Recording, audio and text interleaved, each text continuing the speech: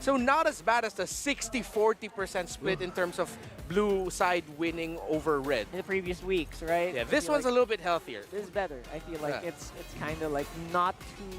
It doesn't impact too much. Yeah. It more depends on like the flavor of the team. And right now, one's flavor is counterpunch. Yep. So again, picks like the Paramis, I feel like that's becoming a staple of the Blacklist squad. The last time they picked up Paramis, it was also pretty close to victory, honestly. So this one could be what they want here. And again, just keeping their focus, probably just keeping everyone alive. Guys, don't die, please. And then punching everyone when the enemy's ultimates are on cooldown. Actually, yeah, this is the second Tharamis game for Haji. And it's 100%. Oh, did they win in that one? Really? I remember. Okay, maybe I remember differently. I'm remembering differently too. I might have put something wrong. Oh, wait, no. I think, yeah, they used it against TNC, if I'm not mistaken. Ah, there it is. Last week, yeah. Yeah, I feel like Paramis is going to be a big thing to cook here for Blacklist. We'll see if that can come through as we head on to the graph for game number 3. Okay. Drafting. Already have picks, and it's the same ones. How are Omega going to adjust the draft this time around? Because in game number 2, in this slot, they drafted the Julian and the Moskov. I feel like they can go Julian again, but maybe take away a Harith. But if that's the case, you go too much magic damage focused. And then you're still going to have to watch out with the Tharamis or Lolita. Wow, So that's it's still a the fast Moskov draft. and it's still the Julian. Still the same picks. So is Coach Bond going to rush the Tharamis again? I think you pick it up here, or else it's gonna get banned out. Yeah, Right? for sure it's going to get It's gonna banned. get banned out. So I feel like you have to do it here if you're ever gonna do it. If not, maybe they have another plan. Maybe they can go for the gold laner first. Yeah. And you see Captain Haji? Tariff is open. Yeah. Harith would be good right now if they're not going to be rushing the Tharamis. If the Tharamis does get banned, then they're going to have to steal something like the Aurora away from Lokir. They'll still have the Zask available. Oh man, another series Zask is getting Yeah. snubbed. Oh no, they go Lolita instead. Okay. All right.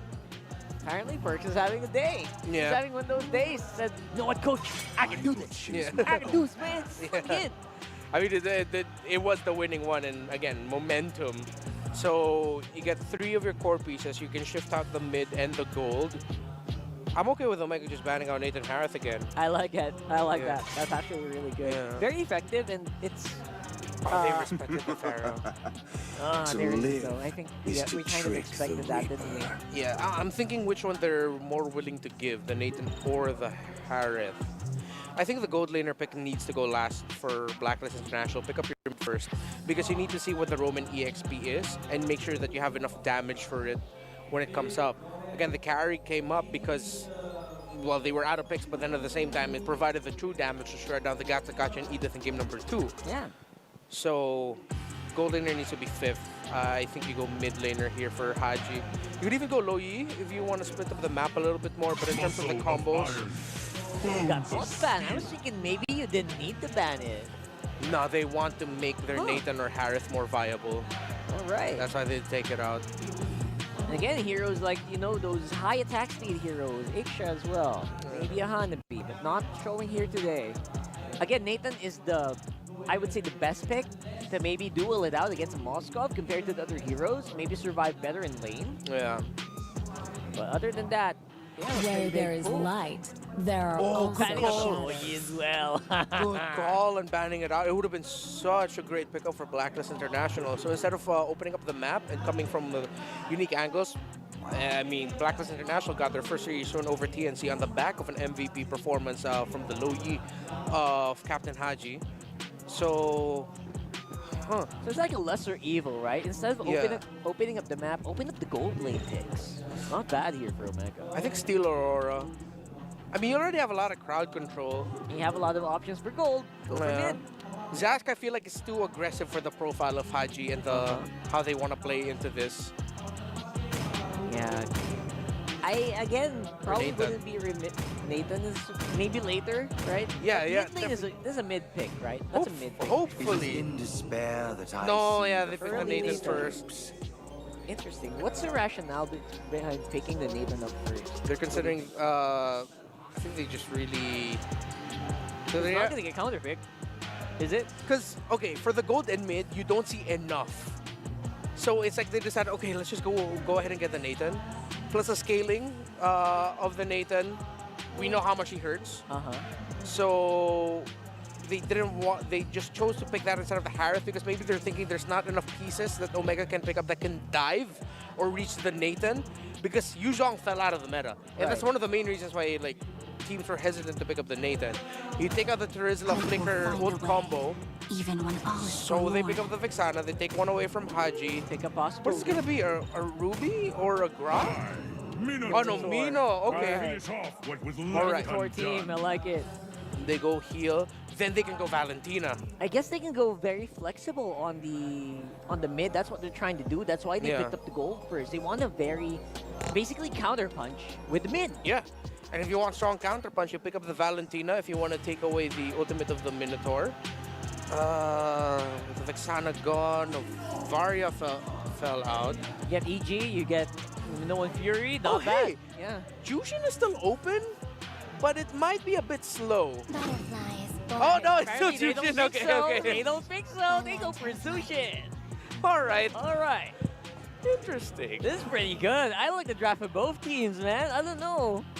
Especially that last powerful pick here from Blacklist International. Yeah, the only risk of fielding the Jushin with the Lolita front line up against a Minotaur.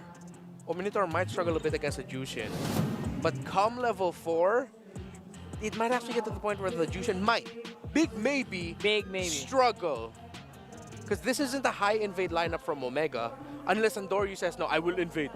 Join me, Okira and Chaknu. It depends on the call, right? It depends Yeah. on their call, their confidence in that time, and maybe depending on the willpower, like you mentioned before. Right? So wait and see. Who do you think came out on top here with the draft? Let me know in the comment section down below. I'll throw it over to Leo and Ningen to give you the action on the battlefield. The fun. It comes down to this one last game for that 1 point on the board. Game 3 between Blacks International and Smart Omega. Leo and Ingan bringing you the action. Is it just me or is the draft very similar to Game 2? I think if it's not broke, don't fix it. That's the strategy for Black, especially MP the King. Amazing performance, by the way. But again, Perks, Game 2 MVP with the crucial Lolita. Okay, still rocking the flicker. I thought he resulted to revitalize. Which now in hindsight, hold up, a little bit of action in mid. Ukir about to get knocked down and same with Chak. All right, real quick, moment of silence here, a little bit of peace for us to discuss. The Lolita, I have to admit, maybe we were a little too over-fixated with the Hanabi combo, but between the two heroes, right, Lolita and Hanabi, a Lolita just by herself is a very, you know, formidable, respectable roamer. Yeah, especially up against high attack speed marksmen like Moskov, like we've seen earlier. Right? Okay. Okay, so this time I think Okir, I think Haji will have a better time zoning out the members. But look at this! As I was saying that, Okir picks up a kill onto Haji. And that's That the was problem. fast. That's the problem. Again, this wouldn't be the issue if it was still the Faramis, but looking at Smart Omega, that last minute ban, right? And the last phase, Loyi and Faramis, they know what they were working with. So this Jushin, as powerful as she is, isn't the answer Blacklist needs to, you know, get the reverse sweep. Yeah, and it's honestly Not yet. We don't know. But, you know, first blacks. it's honestly ideal to have a Minotaur up against a Zushin, because even if the Lantern Flare is there and you get picked up, it actually is a free flicker for Chaknu if the Minoan Fury is up. At best, you want to bring him sideways. Yeah. But even then, you're just... Oh, another one! Mariota didn't bring Lord James sideways. He brought him backwards, feeding him, serving him in a silver platter to his teammates. It's a 2-0 start for Omega. And this is going to lead to a free turtle, the freest we've seen possibly all series long as MP works on his purple. Ryota checking in. There it is, a big ticket delicacy, a objective for the barangay. Okay, this time Chaknu has a flicker plus Minoan Fury combination, so you can expect him to be more aggressive and not be afraid of Haji's Lantern Flare. And at the same time, in terms of sustain, there's still the motivational roar coming in from Chakna, so they can actually have a reset if ever Blacklist, manages to find a penalty zone coming in from Lord JM, like we've seen during game number 2. They can just reset and then counterattack at any time.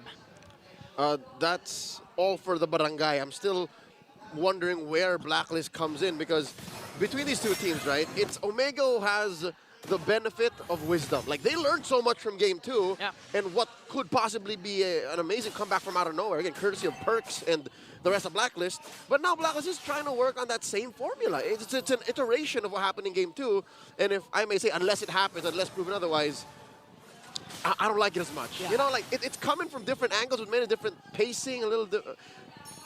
There's lack and burst. Can I just say that? Yeah, like literally out of nowhere. Honestly, if you look back at game number 2, you wouldn't realize it's a 12-minute game because it started out so slow, but right now Perks will be able to evade that as Endorio and Chaknu working on 2 members. Here comes the setup coming in from Chaknu. Gets a kill onto Hoeb. Okay, so this is what happened during game number 2. The very first kill of Omega The same. was onto the top lane, the gold lane, the Oeb. Almost the same. Real quick, folks. Smart Omega ranked first among all teams in Season 14. Going into the second half as the team with the highest average crowd control time per game. Wow. At about a minute. Perks in trouble. Dorio. Okay, uses the retribution! Jom! Wow, Jom, I mean, you could compile a lot of Spear of Destruction plays from Jom for this season alone, halfway mark. I think it would reach around 5 minutes. I wouldn't be off if I think I said Jom, half his games in Season 14 were all Moskov. Yeah. A good half of his games in Season 14, there's no Moskov. That was why you were wondering why game 1, Oheb has the Moskov and he had the Harry. That was a little uncanny for us. But now second turtle spawning, upper quarter, no one down bottom, mid barely controlled. Haji here knocked up, still has his Purify in control. Both teams playing footsies. This is the second turtle, folks. Honestly, the series just boils down to the jungle matchup, but Ryota onward, Earth Shatter combination Perks. Using the Numinum Blast, connecting onto 3. Just to zone out the remaining members of Blacklist, and Doryu gets a free turtle once again. You see that? Even if Jomo went all the way down to try and get an early start at pushing this tier 1, Omega still had 5 bodies. The Eternal Guard helped out. And now, this is not the same rotation earlier? Was this not take moments from game 2? Literally step-by-step a rotation for Omega. After taking a tower up top, working on the turtle, let's every single one of us go down to the bottom lane and get another turret. This is weird. It's like deja vu, but like minutes apart. Yeah, but I think the main difference between game 2 and now was that MP was activated early on, early game. I think he had a couple of kills with the Hayabusa. By about this time. Yeah, by about this time. So he was like actually the anchor for early to mid game for Blacklist, but this time he's not activated. And even Oheb 0-1-0. And this is, for me, a much more harder hero to activate than Atan compared to Akari. Uh-oh. All right. Oheb keeping himself scarce, popping that Purify. And I'm going to have to double down on what you said, Ingan. Off of MP the King's early aggression and, pickoffs at, the first 5 minutes, first 10, maybe that's what allowed for Blacklist to, stay the course and threaten a comeback, which they did. And they leveraged, took advantage of, got away with game 2, forced us here. But now, again, the wisdom of Smart Omega picking up from what happened in game 2, almost instantly, on a dime, executing. Black can't do anything. Yeah, basically they're not letting Blacklist have trades because game number 2, Blacklist always seems to find the trade. Even if it's not a favorable trade, at least it's something. But looking at the kill scoreboard, 4-0, no kills yet, no turrets taken down, not a single turtle. And eventually, if Omega snowball just continues, eventually MP's not going to have a purple buff. And not to mention, look at that, Haji used the Purify there in a single take. Oh no, up top! Okay, there's the trade we're all been waiting for. Jom, although he had the flicker, the chain crowd control from Blacklist was just there. Too much. Burst damage coming in from Oheb, but the trade from Omega is again the turtle. Moments like that, you just feel miserable. Yeah. I've been hit with a couple of chain CCs in my day. Oh. My day being yesterday. You know, actually what Jom did was actually good because before he died, he was able to clear the minions. That's why even if he died against a 3-man rotation from Turret's Blacklist, safe. the turret's safe. Yeah, again, Big J things. Big J with the big brain. We'll see if that eventually comes back to bite them in the butt. But so far, it seems like a small price to pay. Perks, though, getting caught out in the back. Okay, Andoryu is not going to connect because Perks has the dash out, but here comes Chuck. Okay, he has the Minoan Fury. He's not going to cast it yet. Eternal Guard will bring down Perks. Another pick, another kill. But this time it's Ryota with a kill. SOD, just for good measure. All right, no one home. I think he was trying to aim for Haji there. Andoryu looking for the burst down. Haji pops the Crimson Flare, keeping him safe. Now, again, very similar to game 2, but better this time. Omega aren't pulling any punches. Like, did you see how they committed so much to take down Perks? They understand how big of an impact Perks is to Blacklist game, that if they bury him deep enough, like, he won't even have any room to try and come back with a Numenon Blast. Yeah, and even Haji, they're also diving down to Haji as much as possible, wants to pop his Purify at any given moment, but Chakno has the Flicker plus, Minoan Fury. All of it. Actually have a setup. All of it. Okay, now Joe working on the top lane turret. Perks is there with a shield. Woo! Defends it very well. But okay. Okay. The problem with Zushin, that's why it's not picked up as much compared to week number 1, is it's easy to counter. Just have a dive-centric lineup. Yep. That's it. You lean hard Yeah. into the Lantern Flare. And she's slow. Sad to say. She does make up for it in CC and some level of sustainability, but between her, Zask, Vixana, Aurora, she's the slowest of the 4. Yeah, I even remember the time she was released. I think the first build was actually Rapid Boots because of their movement. Oh, yeah. She was really slow. That's in ranked games. Yeah, but, in ranked games. The day she debuted in MWI, she was kicking butt, but that was prior to everyone just playing all the assassins, everyone playing the fast game. But now that the meta has settled, it's hard to find a room for Zushin to go. This is a Lord Shuffle we're seeing. Andoryu letting it go a little. Soft reset. Slight advantage for Omega. Different angle at the battle right now. Haji checking in those bushes. Andoryu going to choose to get his purple first. Yeah, all battle spells actually are activated for both teams. Haji just really putting Chaknu and Ryota out of position here as Joe works on the bottom lane. He's going to secure a bottom lane turret. And let's see who's going to react first, because Lord JM, again, he's been performing well with the penalty zones, but the fear is if Chaknu counterattacks again, they're the team leading the league with the most crowd control ratio. So right now, what do you do if you're Lord JM? Because right now, Ryota picks off her Shatter. Perks answers back with the Numenon Blast. And the first man down is Lord JM. MP the King goes in with a weaky shadow kill, but he's gonna fall down. OM, Perks, Lord JM not in the picture. It's just MP and Haji left, all for the price of Chaknu. 3-for-1 sale. Get yourselves a Lord. Look at that small corridor in Blacklist's jungle. I'll tell you now, Ingan, as soon as that fight broke out, I didn't even see jump through the SOD. He was just there. I could have sworn Oi was going to come in fight first with very little clapback from Omega, but here we are. Boom! Oh, he caught MP with it! Got MP. And then took care of Lord JM. Wow! And then everything else. You know what? It was off of the back of that Minoan Fury. This is the missing piece from game 2. Yeah. Honestly, I like that you mentioned that because Perks had the wonderful setup already with the Numenon Blast. It was a great response, like 0.01 seconds after, you know? Again, Chaknu with the Minoan Fury. Plus the gold lead that Omega established, they were able to out-sustain the entropy of OHEB. Even if OHEB was actually in a good position to dish out the damage, the motivational roar plus all the sustain coming in from Omega, from then on, it's just really the lead that Omega established. 6K ahead. Blast International. Got a big Lord knocking down their door. Bottom lane does take care of it. Tier 2 in mid still standing. Smart Omega taking their time. They learned so much from game 2. Now it's Blacklist's turn. This is their only moment to do so. Gotta pull out all the stops. What else they got? Lantern Flare from Haji. Which, I gotta say now, I don't think I'm alone or wrong in this, but we are really feeling this Jushin. Yeah, it's not a game changer compared to Haji's performance in game number 2 with the Faramis, a lot of clutch nether realms. Was it game 2 or game 1? That was game 2, sir. Game 2, yeah. That was game 2. Okay, okay.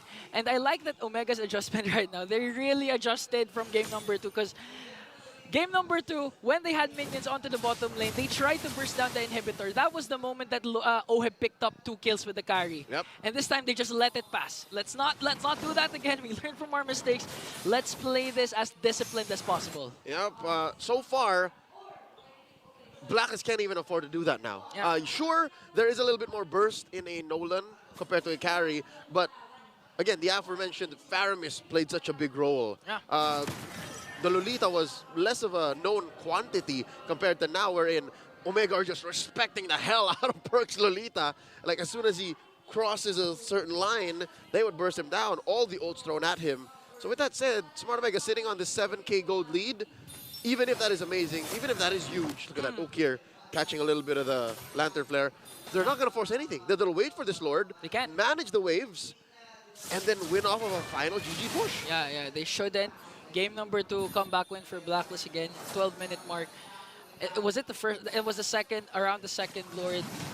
The perk setup started things off with the Lord J in penalty zone. Can happen again for game number 3 if they don't play their cards right. So right now, Omega just really waiting for the Lord, waiting for that split push from Joe. Gonna force Blacklist to react, then outnumber the agents, and eventually secure that Lord. This is tough because I think Omega's going to walk away with a 3. Oh, but they're gonna burst the Lord though. turret, Entropy. and they're going! What? A setup coming in from Chaknu with a Winter Crown, but Perks answers right back with a Numenon Blast! Andoryu gets the Lord, MP the King goes in for the kill onto Chaknu. A weak Shadow Kill is there, he's gonna call up in the picture. SOD from Jom to take down Perks! A 2-for-1 trade for Omega, but they secure the Lord. At the cost of Chaknu, Smart Omega take everything that they want. The push down bottom, 2 kills, and the Lord. And again, lessons learned from game 2. They're not going to force anything. They're going to wait for Chaknu, wait for all these waves to come a crash in, and then they'll go from there. This is looking dire for Blacklist International. The agents have to put their hands up. Energy ball for your team. Okay, Perks and MP the King will join the potential final clash here, but I would like to commend. Wait a minute, okay. Ohe pops his Entropy. Now Joe working on the top lane. That's a shocking amount of damage. I don't know where that came from. I also got shot. Where did OHEB take that much damage from? Oh my lord. At this point, it's a 10.2k gold lead for Oh! Omega! Joe 1v1 up against MP the King on his own jungle there. Woo! But MP the King manages to escape. Now they have to work on this Lord. Burst it down. Omega and the rest trying to find a beautiful setup here. Chaknu goes in with a Minoan Fury connecting onto one. Lord J onto the backline. MP the King has to go away. There's the jump once again. Numino Blast gonna connect, but shut down coming in from Ryota. Joe works on the crystal. And Omega, in the new barangay fashion, takes down Blacklist. It was inevitable for Smart Omega to take this game. Sitting on a 5K, 7K, 8K.